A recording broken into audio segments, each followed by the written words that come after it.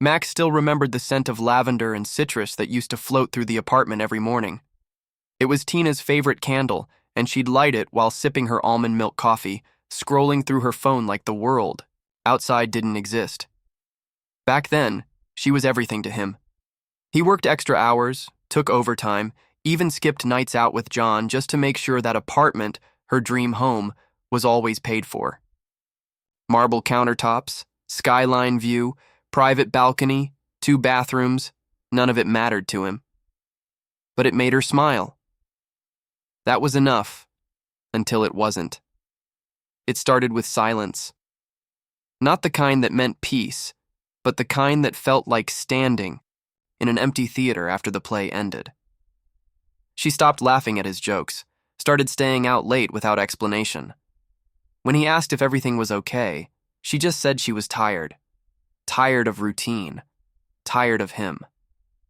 Tired of pretending everything was still working. Then one night after dinner, some burnt pasta and wine they didn't finish, she just dropped it like it was casual. I think I need a break from this. From us. Max stared at her like he didn't hear it right. A break? What does that even mean? You want a vacation from your own husband? She looked at him, not angry, not sad, just distant. I just need space, Max. I'm losing myself in this marriage. I don't feel like me anymore. He laughed bitterly. You don't feel like you? I gave you everything. That place we live in? I break my back to keep us there. Tina flinched, her eyes sharpening. Yeah, that's the problem. You gave everything and now I feel like I owe you. Like I'm just part of a bill you pay every month. He didn't yell. He didn't cry. He just nodded and stood up from the table. The room was quiet except for the soft hum of the refrigerator and the drip from the kitchen faucet that always needed fixing. That night, he slept on the couch. Not because she asked him to, but because he couldn't stand the idea of lying next to someone who wanted to escape him. A week passed. She started packing small things, clothes, skincare, her favorite throw blanket. Said she was going to stay with her friend Billy for a while. Billy, who always looked at Max like he was some emotionally stunted caveman. Billy, who never stayed in one relationship longer than a season, but still acted like a marriage therapist when she talked to Tina. Max didn't fight it. He let her go. But as soon as the door closed behind her, something shifted. Not sadness. Rage. He stood in that silent, overpriced apartment, the one with Tina's expensive taste splashed on every wall, and felt stupid. Every piece of furniture, every scented candle, every velvet pillow was a receipt for how much he'd given up just to be with her. And now she wanted a break, like it was a Netflix subscription she could pause when she got bored. That night, he grabbed a trash bag and started tossing out her half-used bottles, her unread fashion magazines, and the stack of yoga mats she never used. He poured her herbal teas down the sink and deleted the Tina groceries list from the shared notes app on his phone. He wasn't going to wait around while she found herself in someone else's guest room. The next morning, Max called the building office. His voice was calm, almost too calm. Hi, yeah, I need to break my lease. Effective immediately. The lady on the phone sounded concerned. Sir, you understand there's a penalty? Charge me. I don't care. I want out of this place. By the end of the day, he had booked a small one-bedroom apartment in a less glamorous part of the city. No view, no balcony, no marble countertops, but no Tina either. Max sent her a text. No anger, no begging. Just, I broke the lease. Take your space, I'm taking mine too. He didn't expect her to reply, but she did. One word. Seriously? He stared at the message, then locked his phone. Yeah, seriously. Moving day didn't feel like a fresh start. It felt like surrender. The new apartment smelled like paint and dust, the kind of place where no one had ever lit a lavender candle, let alone argued over what color the couch should be. Max dropped the last of his boxes on the floor and just stood there. The silence was deeper than the last place. It wasn't just about Tina being gone. It was that he had nothing left of her here. Nothing familiar. Nothing shared. Just 4 white walls and a mattress wrapped in plastic. John showed up with 2 beers and 0 tact. Jesus, man. This place looks like a serial killer hideout. Max cracked a smile. Barely. At least the rent doesn't make me feel like I'm choking. John popped the tops off the beers with a lighter and handed Max one. So what? She's staying with Billy now? Max nodded. Says it's temporary. Says she needs to figure out what she wants. John took a long sip, then shrugged. Let me guess. Billy's already talking her into self-love and energy healing, and men are emotionally unavailable parasites. Max chuckled dryly. Wouldn't be surprised. John sat on a still-wrapped chair and looked around. You sure about this? Breaking the lease, leaving the place, leaving her the furniture, feels a little extreme. Max leaned against the window. No view, just a brick wall and a fire escape. I'm done paying for someone to be unsure about me. There was silence after that. Not uncomfortable. Just 2 friends sitting in the truth. Later that night, Max couldn't sleep. The bed felt wrong. The walls echoed. He pulled out his phone, hovered over Tina's name, then locked the screen again. She had her space now. She wanted clarity, independence, whatever the hell that meant, but he wasn't going to be the guy orbiting her like a lovesick moon. 3 days passed. No word from her. No call. Not even a late-night drunk text. But Billy? Billy texted. Hey, not my place, but Tina's not doing great. Maybe talk to her? Max read the message 10 times before typing back. She's the one who left. I gave her what she wanted. He didn't send it. He deleted it. Instead, he typed, appreciate you checking in. The next morning, Max ran into Tina. Not on purpose. Just one of those cruel jokes the universe likes. To play. She was walking out of a coffee shop near his new building, wearing sunglasses, hair in a messy bun, oversized hoodie like she was hiding from someone. They locked eyes. She looked surprised. Then guilty, then defensive. Max. Hey. I didn't know you were around here. Max's jaw tightened. Yeah, moved in a few blocks over. Her eyes scanned him like she was trying to find a crack in his expression. You really did it. You broke the lease. I meant it, she nodded slowly. Right, you always mean it. Something about the way she said that set him off. And what about you? Do you mean anything you say, or are we just all supposed to wait while you figure your shit out?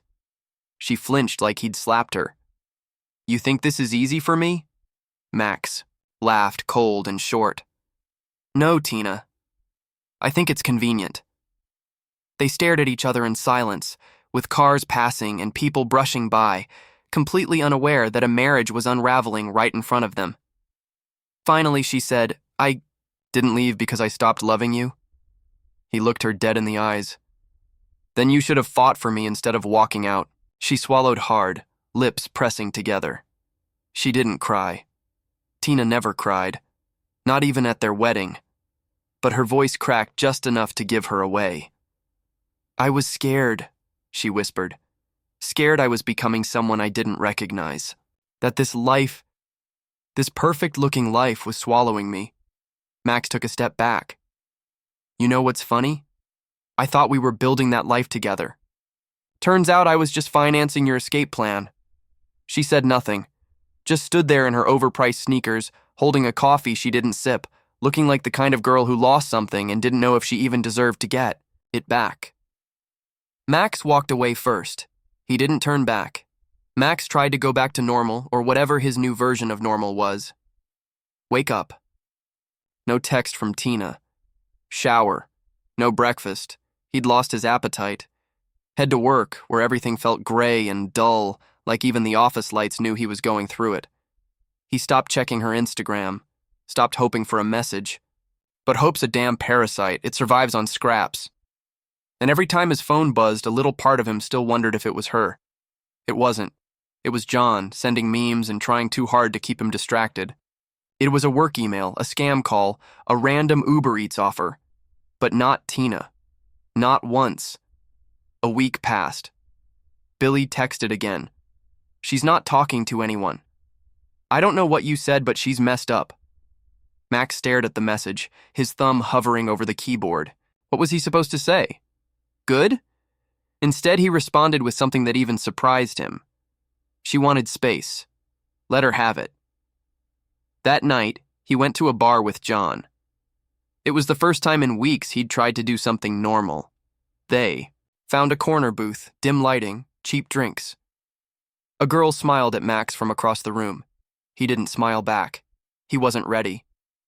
Maybe he wouldn't be for a while. So what now? John asked, wiping beer foam from his beard. You just let her go? Max didn't answer right away. He took a slow sip and stared at the ice cubes floating in his glass. I didn't let her go, he said finally. She walked. John exhaled, nodding. Still love her? Max looked at him like he'd just asked if fire was hot. Of course I do, but I'm not going to beg someone to love me back. They drank in silence after that.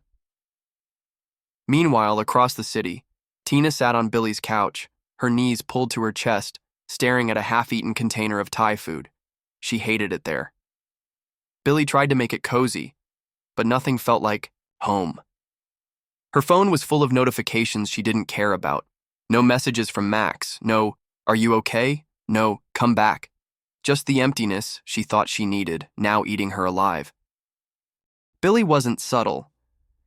He's not going to chase you forever, Tina. I didn't ask him to. You didn't have to. You just expected it. Tina glared at her. Can you not make me feel worse? I'm not trying to make you feel worse. I'm trying to make you realize you blew up your life for what? Some peace and quiet. You could have just bought earplugs. Tina looked away. Billy wasn't wrong, and that made it worse. Because the truth was, she didn't leave Max because he failed her. She left because she was scared she'd fail him. She felt small next to him. He was stable, reliable, driven, and she was still, trying to figure out if she even liked the person she was becoming, but she missed him. She missed the stupid way he whistled in the shower, how he overcooked every steak but swore it was medium-rare perfection. She missed how he'd hold her hand at night, even in his sleep. She pulled out her phone, opened a blank message. Typed. I miss you. She stared at the screen for 5 minutes, then she erased it. Instead, she scrolled through his socials. Nothing new, no bitter quotes, no rebound girl, no sign of him even mentioning the split. That hurt more than it should have. She turned off her phone and stared at the ceiling, wondering how a relationship could burn so quietly. No cheating, no fights, just silence and fear, slowly pulling them apart.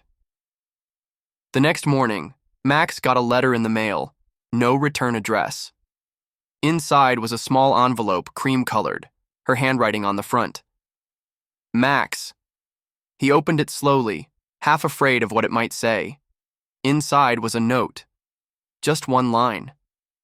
Did you ever feel like we had everything, but we didn't know how to keep it? He didn't cry. He didn't smile. He just folded it back up and tucked it into the drawer beside his bed. He didn't know what to do with it yet, but he knew it wasn't over. Not yet. A few more days went by, and the note stayed untouched in Max's drawer. He didn't read it again, but he thought about it constantly.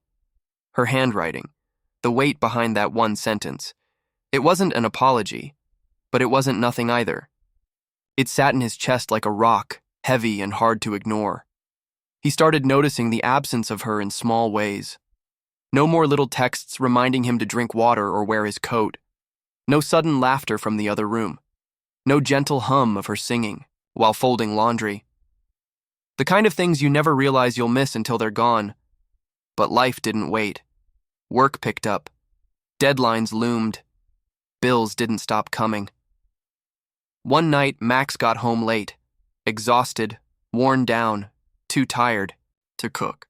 He grabbed leftover noodles from the fridge and sat in front of the TV, not even watching, just letting the noise fill the room. He almost didn't hear the knock. It came again.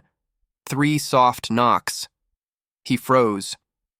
It was too late for deliveries, and no one ever just dropped by anymore. He opened the door slowly, Tina stood there. No makeup, eyes red, hair damp from the rain. She looked like she hadn't slept in a week. "I didn't know where else to go," she whispered.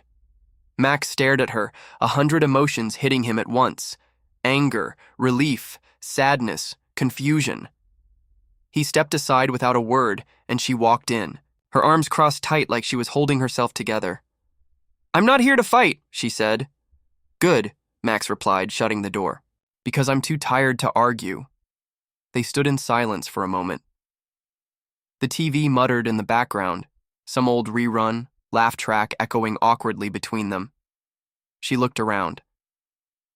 "You've made this place livable." He shrugged. "I get by." Tina turned toward him, eyes softer now. "I've been thinking about what you said, about fighting for something." Max didn't move. "You didn't." "I know," she said, voice catching. "And it kills me." He ran hand through his hair. "So why are you here now?" She hesitated. "Because I realized I made a decision based on fear, not love. And fear never built anything that lasted." Max let that sit for a second. "You think love's enough to fix this?" Tina stepped closer. "No. I think honesty might be." He looked at her, really looked at her. "So be honest, Tina. What do you want?" She blinked hard, like the answer scared her more than anything. "I want to come home." He let out a breath, almost a laugh, like he didn't know what to do with that. "You already left home, remember?" She flinched but nodded. "I know, and I'm not asking to rewind. I'm asking to rebuild, if you're still willing." Max sat down, motioning toward the other end of the couch. "Sit." She did. "I'm not promising anything," he said. "I'm not asking for promises," she replied. "Just a chance to show you I'm still the girl who lit those stupid candles and dreamed about us growing old in that overpriced apartment." He turned toward her, voice lower. "And what happens next time you feel lost? Do I get another letter?" "No," she said firmly. "You get the truth, even if it's ugly, even if it hurts." He leaned back, processing. She wasn't just here because she missed comfort. She missed him. That mattered. For the first time in weeks, he let himself soften. "All right," he said. "Let's start over. But not in the past. Not in that apartment. Not with the weight of everything we didn't say." Tina nodded. "Here. Now." "Here. Now." She smiled, eyes glassy. "Can I stay tonight?" Max didn't answer with words. He just reached for her hand, held it tight, and finally let himself breathe. Max woke up the next morning to the sound of soft breathing beside him. For a second, it felt like everything was normal, like the last few weeks hadn't happened. Tina was curled up on the edge of the bed, her hand still resting lightly on his chest like she was afraid he might disappear if she let go. The sunlight creeping in through the blinds hit her face, and even with the shadows under her eyes, she looked peaceful. Or at least more peaceful than he'd seen her in a long time. But peace wasn't trust.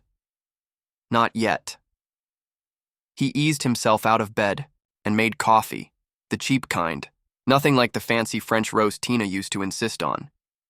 He watched it drip, steam rising slowly, filling the room with a smell he'd started associating with loneliness. Not today, though. Today it felt a little less bitter.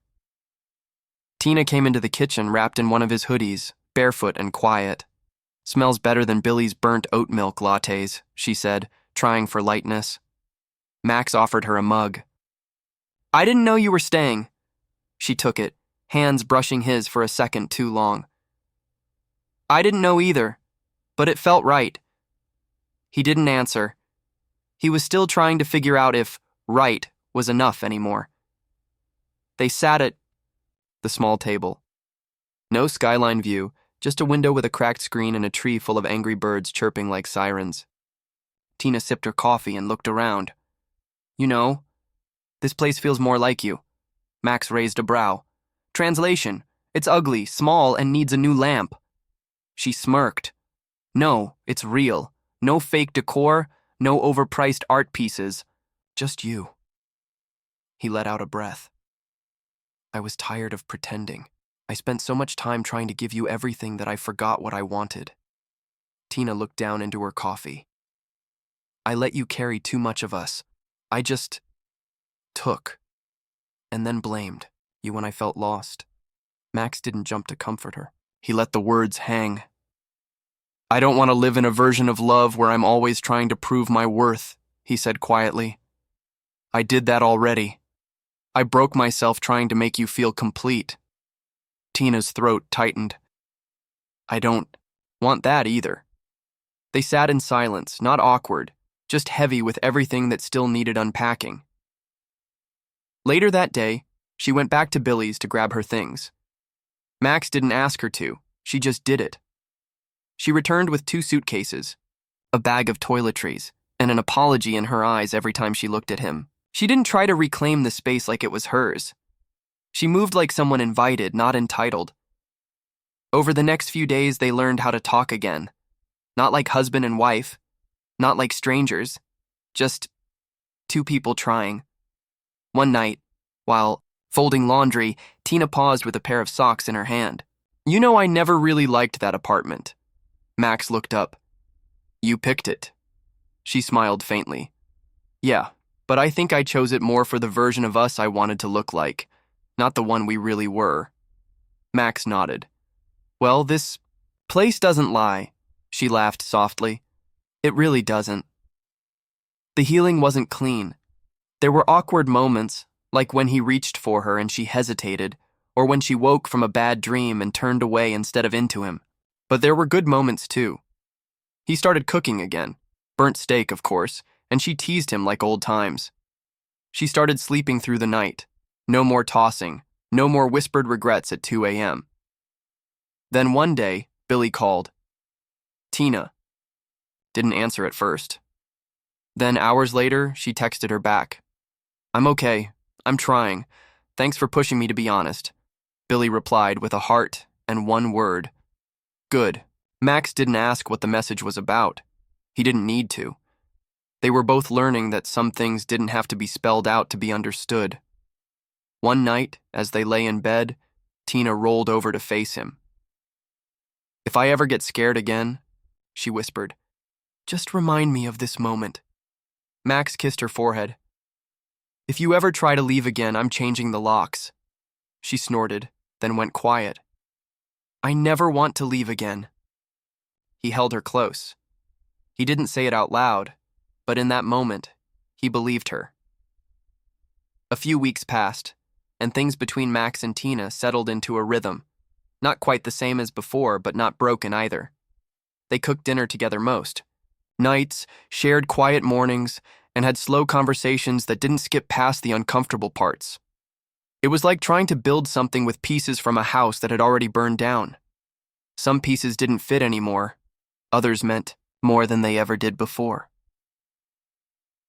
One afternoon, Max came home from work to find Tina sitting at the tiny kitchen table with a note bow in front of her.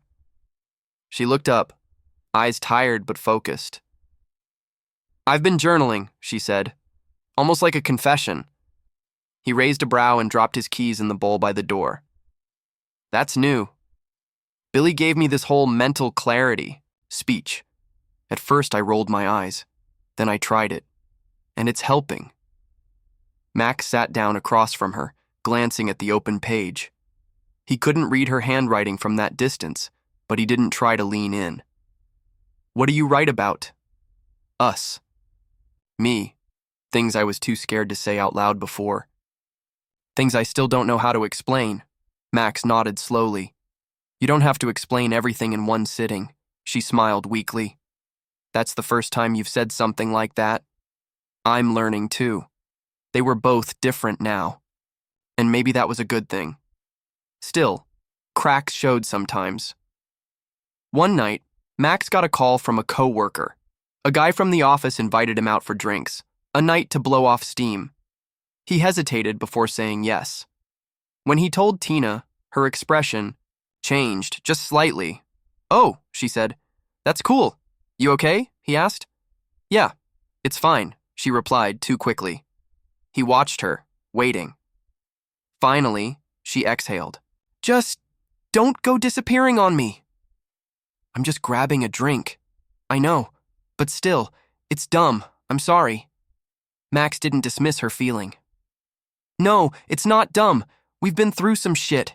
It's okay to be nervous. She looked at him with a mix of gratitude and guilt. I just don't want to feel like I'm losing you again. You're not. He left for a couple of hours, checked in once with a text, and came home sober. It wasn't about proving something. It was just respect. And when he walked in, she met him at the door with a quiet smile and a blanket in her arms. Movie? He nodded. Absolutely. They watched something old and familiar, barely paid attention, dozing off tangled together on the couch. It wasn't exciting. It wasn't dramatic. It was normal. And normal felt like gold. One evening, Max came home to find their framed wedding. Photos sitting on the counter. Tina had dug it out of one of her suitcases. She was staring at it when he walked in, her finger tracing the edge of the frame. We look so young, she said. We were young. I thought we had it all figured out back then. Max leaned against the counter beside her. No one has it all figured out. We just pretended well. She glanced at him. Do you think we can make it this time? For real? He thought about it. Not if we keep trying to recreate what we had. That version of us didn't survive. But maybe this version can. Tina smiled, and it was a real smile this time. Not sad, not guilty, just honest. I want this version. They put the photo back up, but not in the center of the room like before. It went on a side table, quietly watching over them, a reminder of where they started, not where they had to go back to. As the weeks turned into months, the tension between them softened. The apartment started to feel like home, not just a place. Max retreated to after the world wore him down. Tina started painting again, small canvases at first, nothing fancy. Max built a cheap bookshelf from scratch, cursed the instructions, and proudly placed it near the window. And one night, as the wind rattled the windows and the city buzzed far in the background, Tina reached for his hand. Max? Yeah? If we had to go through it all again to end up here, would you still choose me? He didn't hesitate. Yeah, but next time I'd break the lease sooner. She laughed, soft and easy. Fair. Spring started to slip in quietly, bringing softer evenings and longer light. The windows stayed open more often now, and the apartment carried the sound of city life instead of dead silence. Max had stopped watching the clock so much. The weight on his chest, whatever had been squeezing him every night when she was gone, had loosened. Things weren't perfect, but they were real, and that felt like enough. One Saturday afternoon, Tina came into the living room holding 2 mugs of coffee, one hers, one his. She handed him the one with the chip in the rim, his favorite, even though he never said it out loud. She always remembered little things like that. It used to annoy him, how well she paid attention. Now he missed it when she didn't. So, she said, sitting cross-legged across from him. Billy's moving. Max blinked. What? Back to Portland. She says the city's making her too reflective. Which is Billy speak for. I've dated everyone within a 6-mile radius and need a fresh start, he chuckled. She told you this in those exact words? Pretty much. Max nodded. She helped you when I couldn't. I won't forget that. Tina's eyes softened. She helped me get to the truth, but it wasn't her job to fix me. That was mine. He let the words sink in. She wasn't saying them to win him over. She was just being honest, like she promised she would be. Later that evening, they were walking through the park nearby. Nothing fancy, just a casual stroll, her arm looped through his. A vendor was selling ice cream. She tugged his arm and pointed. Let's split one, like we used to, Max smiled. As long as it's not mint chocolate chip. That was your favorite, she teased. Yeah, and you always hated it but pretended not to. That was love, wasn't it? She laughed. That was suffering. For love. They sat on a bench, sharing a cone that dripped too fast. There were little kids running around, couples holding hands, the sound of someone strumming a guitar in the distance. For a moment, it all felt like they had stumbled into someone else's peaceful life. Tina licked her spoon, then turned serious. You ever wonder if we grew up too fast? Max leaned back on the bench. Sometimes. But then I remember. I didn't fall in love with your age. I fell in love with you. She leaned into him, resting her head on his shoulder. I still get scared, she murmured. I know, but now I tell you. I don't run. He kissed the top of her head. That's all I ever needed. Back at the apartment, Tina pulled out a dusty notebook, the same one she'd been journaling in. She flipped to a blank page and handed it to Max. Your turn. He gave her a sideways glance. You want me to write about my feelings in a pink notebook? She smirked. It's lavender, thank you. And yes, you always talk like you're carrying a steel spine. I want to hear the thoughts that don't make it past your mouth. He stared at the blank page, then took the pen. He didn't write much, just a few lines. He handed it back to her without reading it out loud. She scanned it, and her breath caught. You left me, but I kept the door unlocked. Not because I was waiting, because deep down, I knew you'd knock again. She looked at him, eyes misty. Why didn't you tell me that sooner? Because part of me didn't believe it until now. That night, they didn't make love. They didn't need to. They curled up under a cheap blanket, the kind they once would have replaced with something trendier, and just held each other. The kind of hold that says we're still here. The kind of hold that lasts through doubts, through nights on separate couches, through letters slipped in drawers, through words that were too late but somehow still mattered. Some mornings just feel different even before your eyes open. That final morning, Max woke with Tina's hand resting lightly on his chest and her breath warm against his skin. The apartment was still and quiet, but not in that aching, empty way it used to be. It was the kind of quiet that felt earned, like peace after a storm. He didn't want to move. Not because he was tired, but because this, whatever they'd managed to stitch back together, was fragile. He didn't want to wake up and find it gone. Tina stirred a little, then opened her eyes, still half asleep. You're watching me again. He smiled, trying to figure out if I'm still dreaming. She blinked, then ran a hand down his arm. If this is a dream, it's not as pretty as that skyline apartment. No, it's not, he said. It's better. They got up slowly. No rush, no anxiety. Just coffee and silence and a few soft glances over mugs. They didn't say much, but neither of them needed words anymore. They were finally back in sync, no longer trying to win, prove, or fix. Later, Tina opened her laptop and started looking at listings for a little art studio space.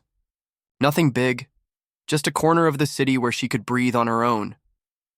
Max glanced over her shoulder and asked, You thinking of going solo with painting again? She looked at him like he'd just offered her air. Yeah, I want to do something that's mine. Not to run, not to escape. Just to be. He nodded. Good. I want that for you. And what about you? She asked. Still building bookshelves with crooked legs? He grinned. Still pretending I know how to use a drill, but I've been thinking about writing. Writing? She raised a brow. Just putting stuff down. All the things I never said. Maybe it'll help someone else like us. She reached out and touched his hand. Then write it. Start with us. Start with the truth. Max didn't say it, but that was the first time in years he felt like his life could hold more than just surviving. He could actually want things again. That evening, they returned the keys to their old building. Tina had never officially changed her address. The concierge looked surprised to see them together, but said nothing. Just handed over a small box of mail that had been collecting dust. Back home, Tina pulled out one final envelope from that stack. No return address again. She held it out to Max. Looks like you have a fan. He turned it over. Same handwriting. He opened it slowly. Inside, was a photo, an old one. Them, standing on the balcony of that old apartment. She was mid-laugh. He was holding her waist like he thought she might fly off if he let go, and written in tiny script on the back, "We had everything. We just had to lose it to learn how to carry it right." Max smiled to himself. He didn't know when she'd written it, or